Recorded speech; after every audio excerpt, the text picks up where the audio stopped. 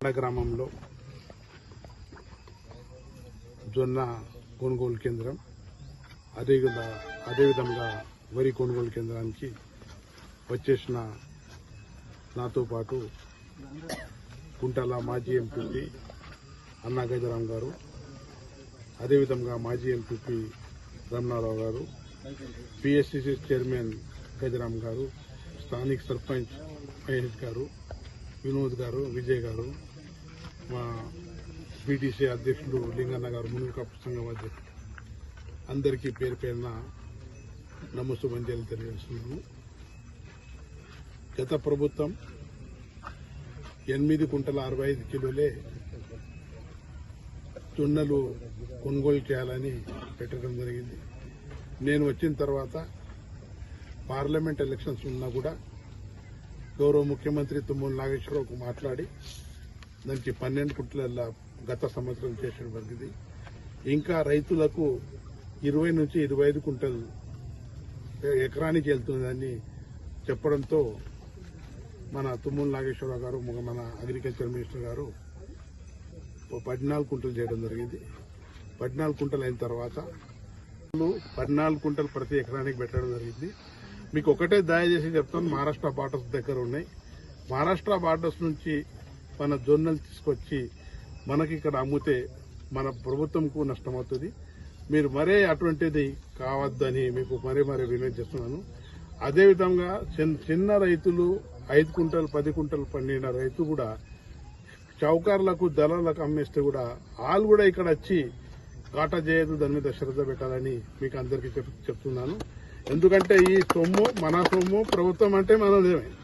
ప్రభుత్వంకు నష్టం అయితే మనకు నష్టమైనట్లు ఆలోచించి ఈ జొన్నల కేంద్రాలు కానీ వడ్ల కేంద్రాలు కానీ సక్రమంగా నడిపేయాలని మీకు అందరికీ తెలియజేస్తున్నాను. ఈ ఏరియాలో దాదాపు 400 ఎకరాలు సాగునీరు ఉంది అంటే చాలా పెద్ద మాట. మరి ఇంకా నెక్స్ట్ ఇయర్ నేనైతే అనుకుంటాను 40,000 ఎకరానికి సాగునీరు అవుతాయని అనుకుంటాను. ఎందుకంటే మక్క పంట చాలా తక్కువ వెళ్తున్నది. అందరు జొన్నలు వెంబడే పడ్డారు. ఈ కంపల్సరీ వచ్చే సంవత్సరం కూడా జొన్నల కేంద్రాలు ఏర్పాటు చేస్తాము.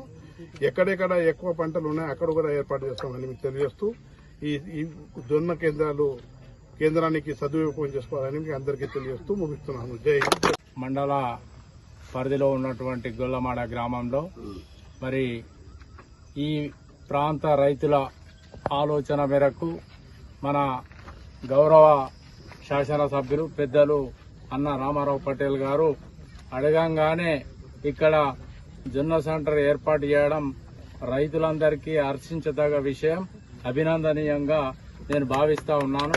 అదేవిధంగా మరి మన ప్రాంతంలో గతంలో ఎందరో ఎమ్మెల్యేలు ఉండే, ప్రతి చిన్న పనికి కూడా ఏ సమస్య వచ్చినా నేనున్నా అని చెప్పే మన రామారావు పటేల్ గారికి మనం కూడా ఎల్లవేళలో వెన్నుదన్నుగా ఉండి మరి మన సమస్యల్ని పూర్తిగా పరిష్కరించుకుంటూ అంచెలంచెలుగా మరి చేస్తున్నాడు. కాబట్టి మనం కూడా తనకు సహకరించాలని ఈ సందర్భంగా మీ అందరికీ నేను తెలియజేస్తా ఉన్నా.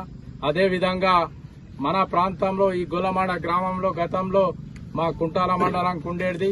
మేము మరి అందరం కూడా అప్పటి నుంచి ఇప్పటి వరకు కూడా కలిసిమెలిసి ఉన్నాం. కానీ ఒక బాధాకరమైనటువంటి విషయం ఏంటంటే ఇక్కడ ఈ ప్రాంత వాసులు మాకు దగ్గరలో ఉంటుండే.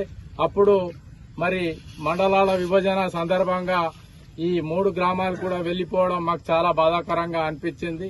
మరి అప్పుడు ప్రభుత్వ ఆలోచన ప్రకారంగా పోయినాయి. కాబట్టి ఇప్పుడు సమస్యలు కూడా మరి కొన్ని చాక్పల్లి గాని తురాటి బామ్ని ఈ ప్రాంతం వాళ్ళు మాకు కుంటాలు అయితేనే బాగుంటుండే అని కూడా గతంలో వాళ్ళు నర్సాపూర్ మేము నిర్మల్ దాంట్లోకి వెళ్లిపోతున్నాం సంతోషపడ్డారు. కానీ మళ్లీ మా కుంటాల నుండి విడిపోయినాక బాధపడ్డారు. మరి ఒకవేళ అవకాశం వస్తే మాకు మళ్లీ ఒకే ఈ ఏదైతే పాత మండలం ఉన్నదో ఆ విధంగా మరి ఉంటే బాగుంటుందని నేను ఈ సందర్భంగా మీకు తెలియజేస్తా ఉన్నా.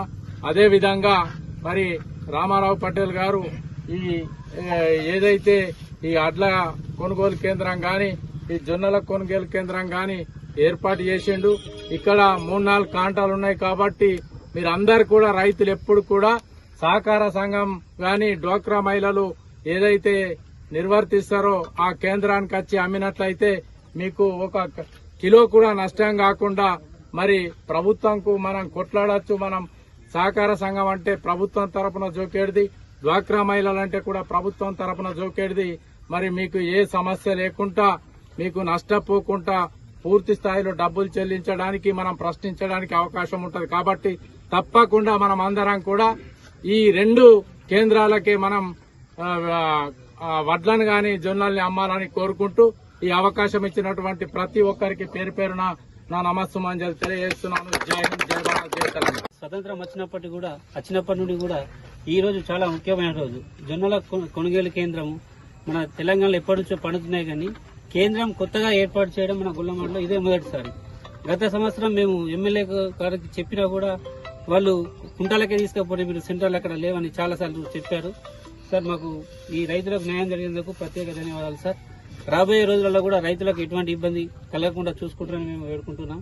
అలాగే చిన్న 2 సమస్యలు ఉన్నాయి సార్ మా ఊరికి. ముఖ్యంగా ఇక్కడ ఒక పెద్ద చెరువు ఉంటుంది. ఆ పెద్ద చెరువు కొద్దిగా అలుగు మొత్తం కొట్టుకపోతుంది సార్. దాని కింద ఒక 600 ఎకరాల పంట సాగు ఉంది. ఈ సంవత్సరం కింద దాన్ని చేయకపోతే నెక్స్ట్ ఒక 2 టర్మ్లు అంటే రైతులు చాలా నష్టపోతారు సార్. అది ఆల్రెడీ ఎస్టిమేట్ అయిందని చెప్పారు, కానీ దాన్ని కొద్దిగా మీరు శ్రద్ధ తీసుకుని ఆ అలుగుని కొత్తగా నిర్మించినట్టయితే మాకు ఒక 50 ఏళ్ల వరకు ఒక టెన్షన్ ఉండదు సార్. రైతులు చాలా ఆనందపడతారు.